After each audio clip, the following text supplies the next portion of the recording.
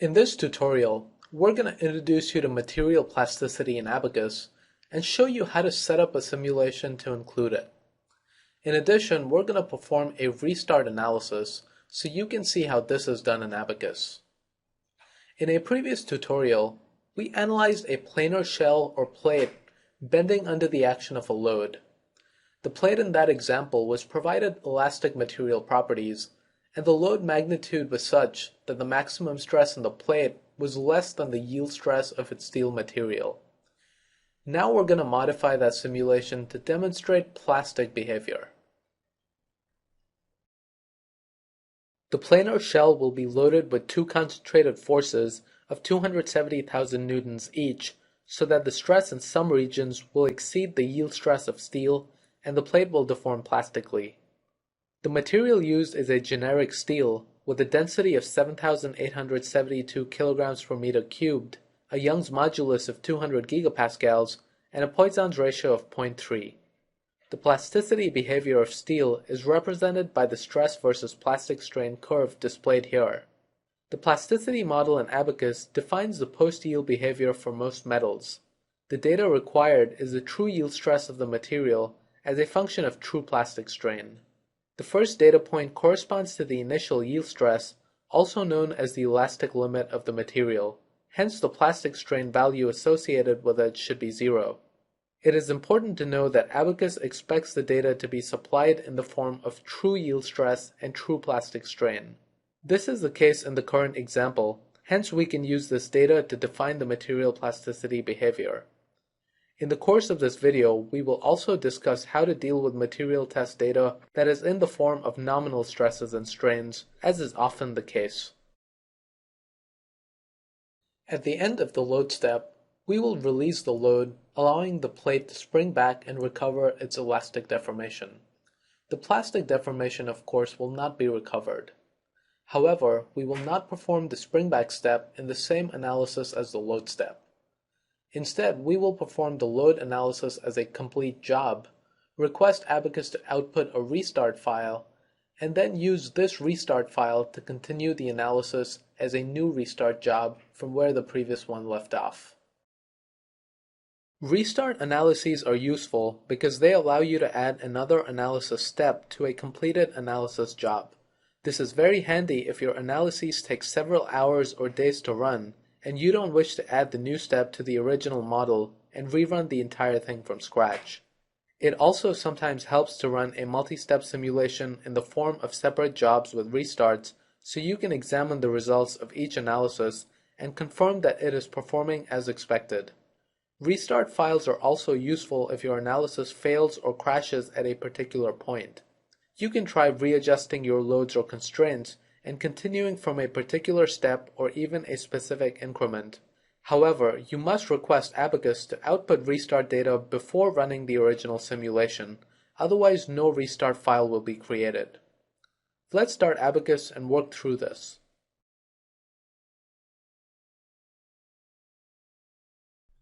Instead of creating the model from scratch, we're going to start with the one created in the planar shell bending tutorial. Let's rename the model Plastic Plate Bending Model.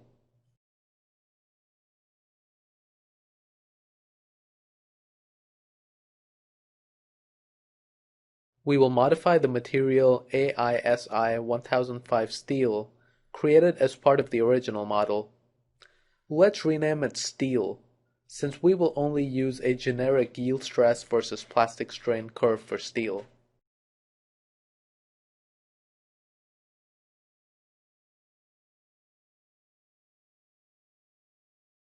Change the Poisson's ratio to 0.3. Create a new plastic material behavior by opening the mechanical menu and choosing plastic from the plasticity menu item. Type in the yield stress versus plastic strain data for the material. As you fill out each cell, hit the Enter key on your keyboard to move to the other cell.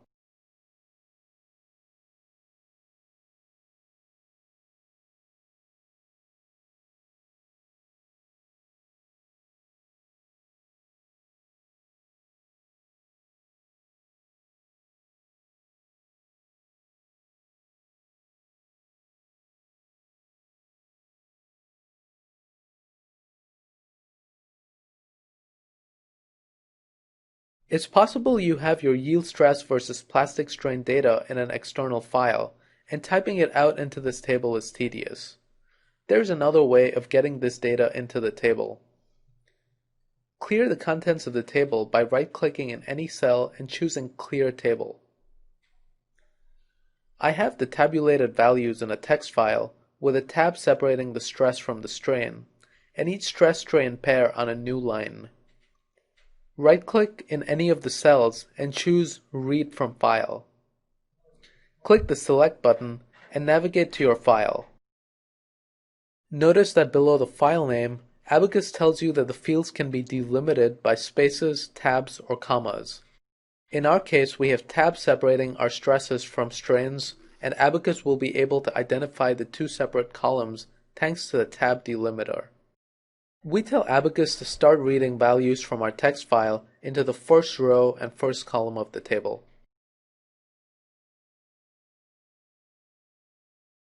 Click OK. Abaqus populates the table with the values from the file. If you want to visualize the yield stress versus plastic strain curve, you could plot it in a tool like Excel or MATLAB. But there's an even easier way to do it in Abaqus. Right-click anywhere in the table and choose Create XY Data. Set the name of the XY data to steel stress versus plastic strain. Since we want plastic strain on the x-axis and yield stress on the y-axis, we tell Abaqus to read the x values from column 2 and the y values from column 1. Click OK to close the Create XY Data dialog box, and click OK to close the Edit Material window. Abaqus informs you in the message area that the XY data has been created. Switch to the Visualization module. In the results tree, expand out the XY data container and double-click on steel stress versus plastic strain. You see the curve plotted in the viewport. We can modify the appearance of the curve to reveal the data points. Use the XY Curve Options tool. In the Curve Options dialog box, set the line style to dashed. Check the Show Symbol option to display the data points. We will change the symbol to a diamond shape and the size to large. Click Dismiss to close the dialog box. You now see the curve with our yield stress versus plastic strain data points. Notice that Abaqus has interpolated linearly between these points, hence you see straight lines connecting them. Abaqus Standard will use the user-supplied data where possible and the linearly interpolated values for all the intermediate points when running the simulation. It makes sense, therefore, that the more points you provide, the more accurate the representation of the material plasticity. Abaqus Explicit, on the other hand, will regularize the data for the sake of efficiency. In layman's terms, this means it will generate stress-strain data points that will form a nice smooth curve. However, it is possible that the points it generates may not coincide with the original user-supplied data points. Abaqus Explicit will attempt to generate a sufficient number of intervals so that the maximum error between the regularized and user-supplied data is less than 3%. Also note that Abaqus will not attempt to project your curve beyond the last point. The stress is assumed to be constant outside the range defined by the data supplied, hence the curve is perfectly horizontal after the last supplied data point.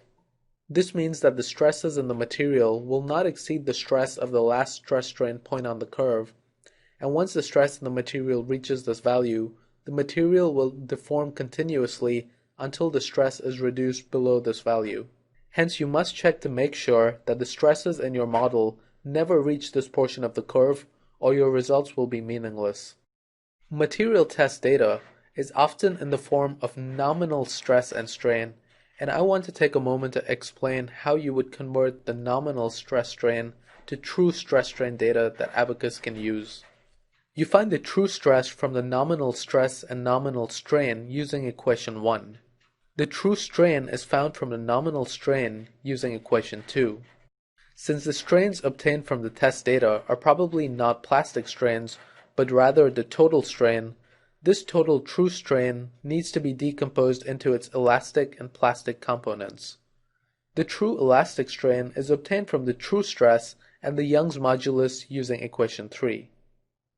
The true plastic strain can then be found by subtracting the true elastic strain from the total true strain as shown in equation 4. Now let's change the initial increment. Abaqus standard solves a problem by applying a fraction of the load in an increment, solving the system of equations, and iterating till convergence, and then increasing the load in the next increment. This procedure is repeated till the final increment when 100% of the load is applied.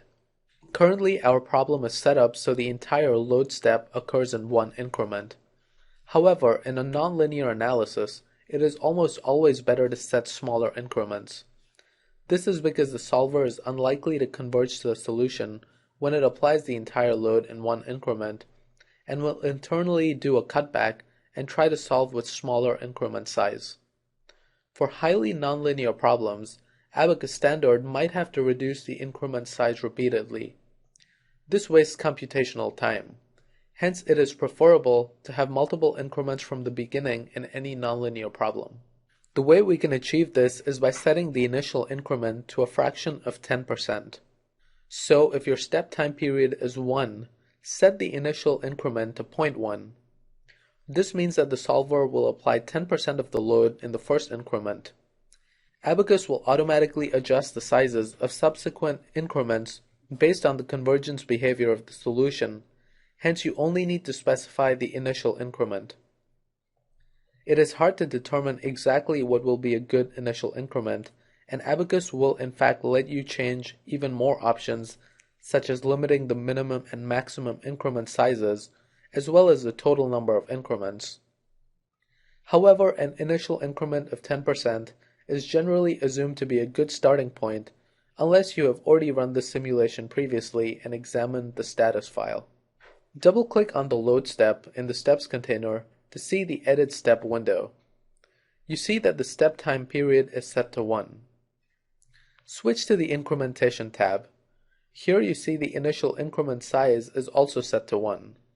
Since the initial increment size is the same as the total time, Abaqus will attempt to solve the problem in one increment. We shall change this increment size to 0.1. Abaqus will now apply 10% of the load in the first increment. Note that time has no physical meaning in a static analysis.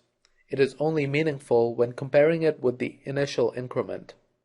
So you could instead set the step time to 5 and the initial increment size to 0.5, and it would mean exactly the same thing as setting the step time to 1 and the initial increment size to 0.1. Now let's modify the loads.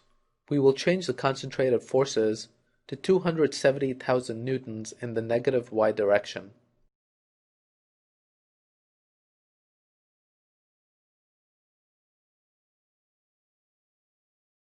The model is now almost complete. We will create a new job for this analysis. If you already have an existing job, you can delete that. We shall call our new job Plate Job Plastic and set it to solve the plastic plate bending model.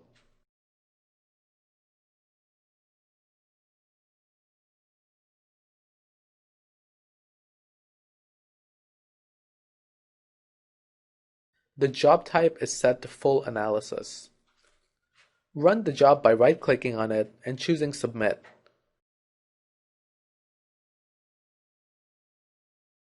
Abaqus warns you that history outputs have not been requested. Click Yes to continue.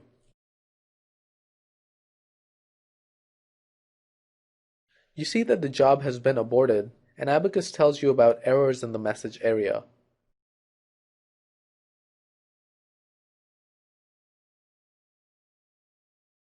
The important one among these is that Abaqus was unable to find the material AISI 1005 steel. Since we modified this material and changed its name to just steel, it is apparent that some part of our model is still referring to the original material and has not been updated. It is likely the section property. Right-click on Plate Section in the Sections container and choose Edit. Abaqus informs you that this section refers to the material AISI 1005 steel, which no longer exists. Since the new material steel is the only material in our model, It is now the only one displayed in the drop-down menu. Click OK. Let's try to run the job again.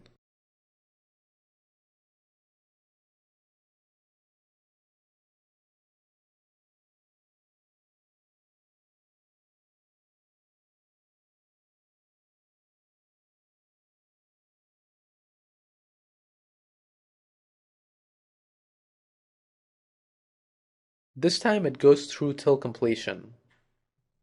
Let's view the results.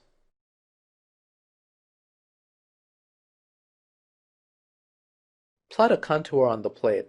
The mice's stress is displayed by default in the legend. The text of the legend appears quite small on my system, so I'm going to increase the font size to make it more readable. In the Viewport menu, click on Viewport Annotation Options. You get the Viewport Annotations Options dialog box. Switch to the Legend tab. Click on Set Font. We will leave the font set to Verdana and change the size to 14. Notice the legend is checked in the Apply To section. This means our change to the font size will apply to the legend only. We could in fact set the font of the title and state blocks from here too, but we'll do that from the Title Block tab instead. Switch to the Title Block tab and click Set Font. This time we will change the font of the title block and the state block.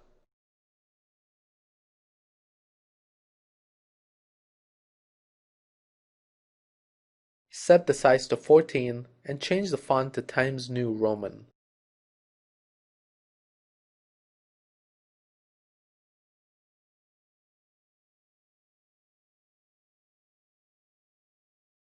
Also check Italic. You see the changes to the font in the viewport.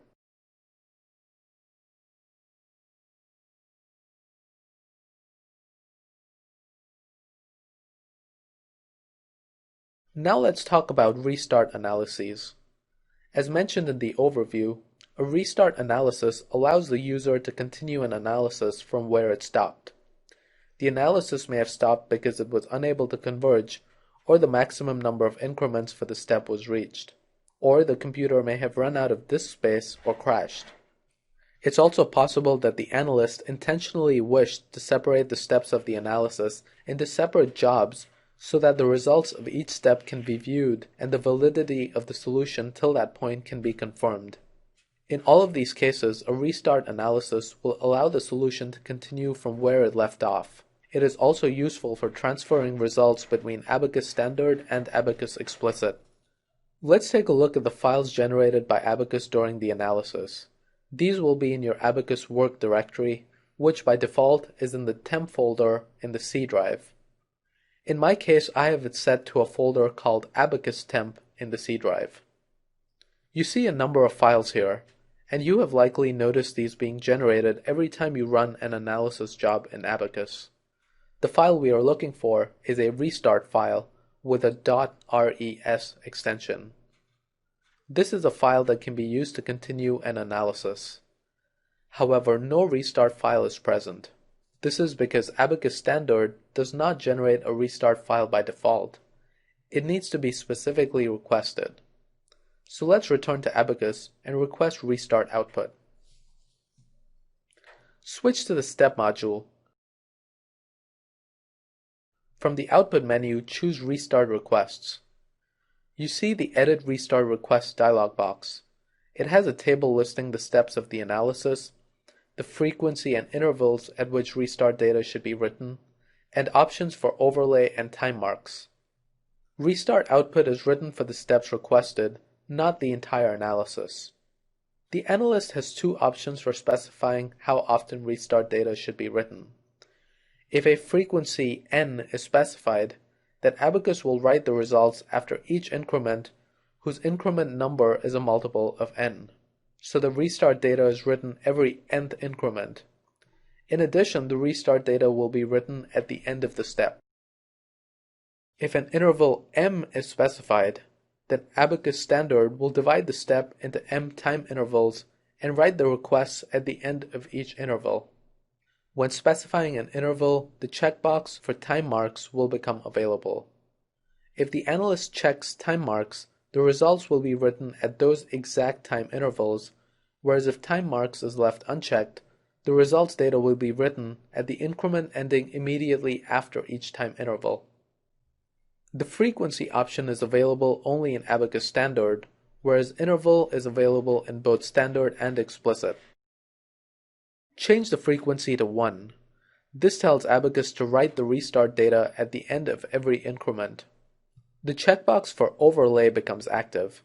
This option allows you to tell Abaqus whether the restart data written at the required increments should be appended to the restart data written at previous increments. We are going to check overlay, so every time Abaqus writes restart data, it will replace the previous data. So even though we are writing restart data at every increment thanks to our frequency of 1, we only hold on to the latest set of restart data. As mentioned before, Abaqus will write restart data one last time at the end of the analysis step. Since we are overwriting previous restart data, we are basically saving the restart data at the end of the load step. The overlay option is useful because the analyst cannot specify what data is written for the restart. Abaqus writes a complete set of data each time, so it is possible for your restart file to get quite large. Saving only the last set of data alleviates this issue. You might ask why we are writing the restart data at every interval anyway, if all we need is the one at the end of the step. The answer to that question is that quite often restart data is written so an analysis can be restarted after an error or crash terminates the simulation. It is not known at that point what increment this error will occur at, hence you specify a frequency or time interval of sufficiently small size that your restart point is quite close to the point the simulation terminated.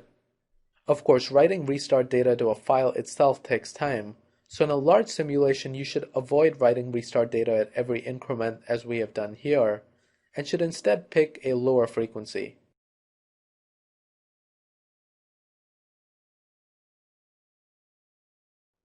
Now that restart data has been requested, let's run the analysis again.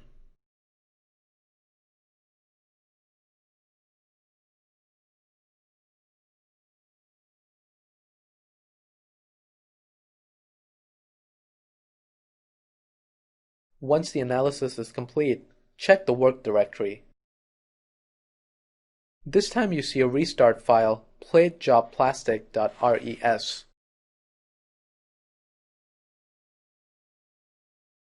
Now we shall set up the restart analysis itself.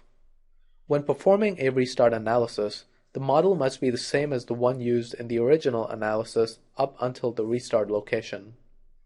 This means that any geometry, materials, steps, loads, boundary conditions, fields, interactions, and meshes defined in the original model must not be modified. New sets and amplitude curves may be defined in the restart analysis model. New steps may be added, as well as new loads and boundary conditions, which become active after the point of the restart. The original loads and boundary conditions must be active up until the restart. However, they may be deactivated for steps that occur after the restart, as will be done in this example. The easiest way to replicate the model prior to the restart is to copy it. Right-click on Plate Plastic Bending Model and choose Copy Model. We shall name it Plate Springback Model.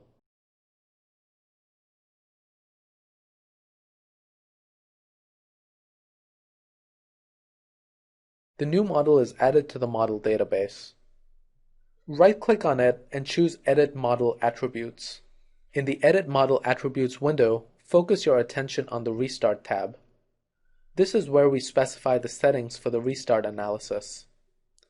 Check Read Data from Job.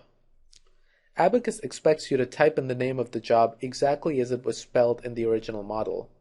This, by the way, is the same as the name of the output database file from that job without the .odb extension.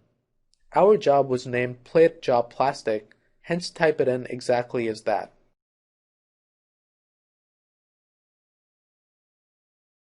Abaqus gives you a few different options for which point to restart from. You can restart from the end of the step. This is what we will be doing. In fact, since we chose to overwrite restart data from previous increments, and our simulation ran through till the end of the loading step, the only data we have is that at the end of the step. However, you have the option to restart from an increment if you have the required data. In such case, you would have the option to terminate the original step at that increment and begin the newly defined step, or allow Abaqus to complete that step from the restart point using new loads and boundary conditions before moving on to the new step.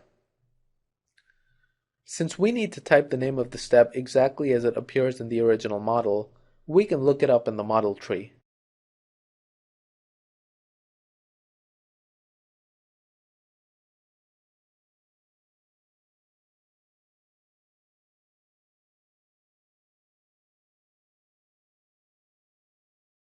Now we create our new step, spring back.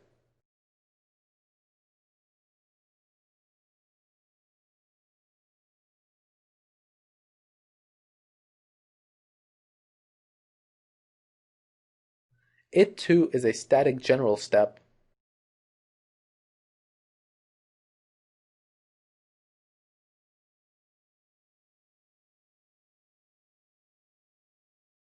Once again we set the time period to 1 and the initial increment size to 0.1.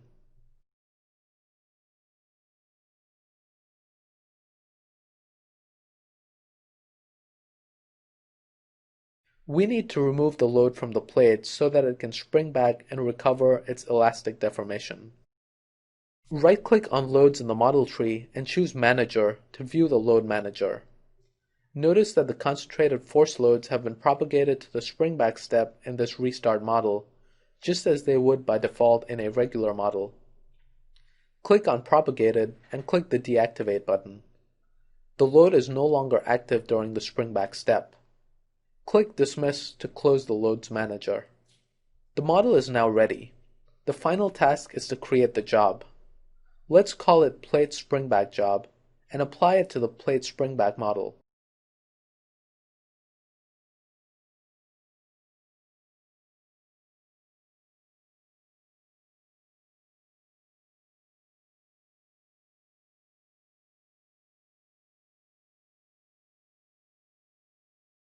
In the Edit Job window, notice that the job type has been set to Restart by default, since we added the restart settings to the model attributes. Run the job.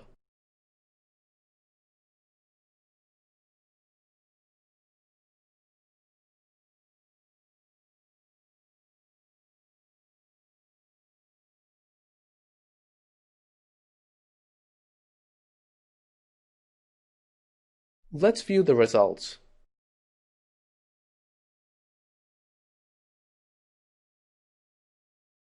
Display the Mises stresses on this plate.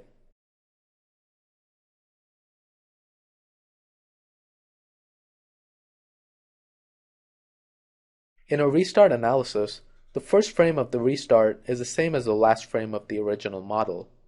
To verify this fact, let's display both of these side by side. In the Viewport menu, click Create to create a new viewport. The viewport is not immediately visible because our current viewport is maximized to fill the available screen real estate. We can display it next to the current viewport using Tile vertically from the Viewport menu. Now you see the two viewports. The new viewport displays the same contents as the old one by default. Click on the title bar of Viewport 1 to make it the active viewport. Then double-click on Output Databases in the results tree. In the Output Database window, navigate to the output database of our original analysis, platejobplastic.odb.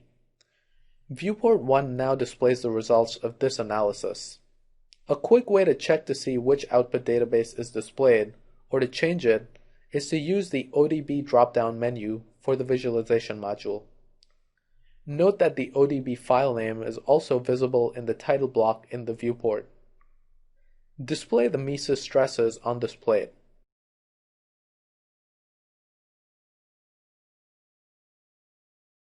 Click on the title bar of Viewport 2 to make it the active viewport, and ensure that the ODB displayed is platespringbackjob.odb. Once again, switch back to viewport 1. Now click the Frame Selector tool. The Frame Selector tool allows you to very quickly display the frame you desire using a slider. Since viewport 1 is the active viewport, the tool applies to this viewport. We display the last frame of the load step, which happens to be frame 14. Switch to viewport 2 by clicking on its title bar. Once again, click the Frame Selector tool. This time the tool applies to viewport 2, since that is the active viewport. We set it to display the first frame, frame 0, of the springback step. Compare the MESA stress contours and their legends in the two viewports. It is evident that the last frame of the original analysis has the exact same stresses as the first frame of the restart analysis. The state block in the viewport also verifies that we are looking at the last frame of load step and the first frame of springback. Switch to viewport 1. Change the primary variable on the contour to UT, which is translations and rotations, using the field output toolbar. Display U3, which is the displacement in the z direction, which is the direction perpendicular to the planar surface of the plate. Repeat the procedure for viewport 2. Notice that the displacements are also identical for the last frame of the original analysis and the first frame of the restart analysis. This should convince you that the last frame of the original analysis before the restart point is used as the first frame of the restart analysis, whether this is the end of a step or some increment we tell Abaqus to continue from. In this case, we told Abaqus to use the last frame of the load step as the restart point, hence the first frame of the restart analysis corresponds to it. It might be of some importance for you to note that the output database of the restart analysis only contains information pertaining to this analysis, and does not contain the information from the original analysis. So when viewing the ODB for the restart analysis, the first frame we see is the first frame of the restart, or the last frame of the original analysis. It is not possible to view frames and field or history outputs for steps that occurred in the original analysis, and you will need to open that ODB file separately in the viewer, as we have done here. As a final note, it is possible to render the plate profile in the same manner that you rendered the beam profiles in the beam frame tutorial. In the viewport module, choose the View menu to open the ODB Display Options dialog box. In the General tab, under Idealizations, you have options to render beam profiles and shell thicknesses. Check Shell Thickness and click Apply. You will see the shell thickness rendered in the viewport. Note that it was also possible to render the shell thickness before running the simulation. For example, if you are in the Part module, you can go to Part Display Options in the View menu, and if you are in the Assembly module, you can go to Assembly Display Options in the View menu.